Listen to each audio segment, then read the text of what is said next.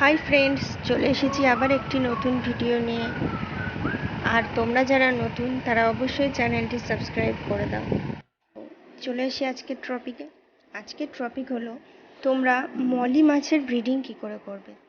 মলি মাছ খুব হার্ডি মাছ, এরা খুব সহজেই ব্রিড করে, তাই যারা প্রথম ব্রিড করাতে যাচ্ছ তাদের ক্ষেত্রে মলি মাছ একটা ভালো চয়েস হবে।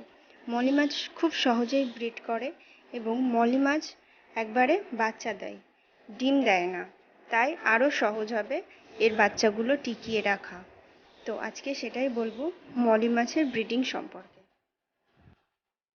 আপনি যদি মলি মাছকে আপনার কমিউনিটি ট্যাঙ্কে অন্য সকল মাছের সঙ্গে রেখে দেন তাহলেও এই মাছ খুব সহজেই ব্রিড করবে এবং বাচ্চাও দেবে, কিন্তু সেক্ষেত্রে কি হবে, বাচ্চাগুলো অন্য মাছেদের খেয়ে নেওয়ার চান্স বেশি থাকবে, তাই আলাদাভাবে ব্রিড করানোই ভালো।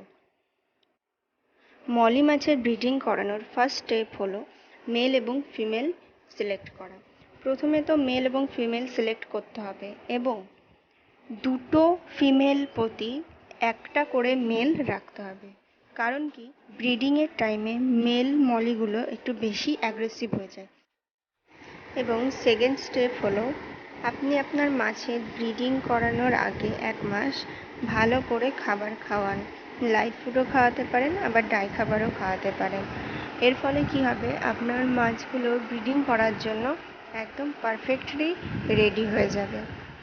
তারপর আপনার মাছ যখন ব্রিডিং করবে এবং বাচ্চা দেবে তখন আপনি প্রচুর পরিমাণে বাচ্চা পাবেন। থার্ড স্টেপ হলো ব্রিডিং ট্যাঙ্কের সেটআপ। আপনার ব্রিডিং ট্যাঙ্কের সাইজ বড় হতে হবে, 2 থেকে 3 ফিট হতে হবে। কারণ মেল মলিগুলো ব্রিডিংয়ের টাইমে প্রচণ্ড অ্যাগ্রেসিভ হয়ে যায় এবং ফিমেল মলিগুলোকে চেজ করতে থাকে। এই চেজিং করার সময় ফিমেল মলিগুলো যাতে কোনো আঘাত না পায় সেই জন্য একটু বড় সাইজের ট্যাঙ্ক নিতে হবে। তার ফলে কি হবে, আপনার মলি মাছগুলো খুব ভালোভাবে ব্রিড করবে। আরেকটি বিষয় হলো আপনার ট্যাঙ্ক সেটআপে হাইডিং প্লেস দিতে হবে, অর্থাৎ শ্যাওলা, কচুরিপানা বা অন্যান্য গাছ, পাথর ইত্যাদি আপনি দিতে পারেন, যাতে বাচ্চা মাছগুলো অন্যান্য বড় মাছগুলোর থেকে বাঁচতে পারে। ফোর্থ স্টেপ হলো আপনার মলি মাছগুলোর যখন বাচ্চা দেওয়া কমপ্লিট হয়ে যাবে তখন এই বাচ্চাগুলোকে অন্য একটি ট্যাঙ্কে আলাদা করে তুলে রাখতে হবে।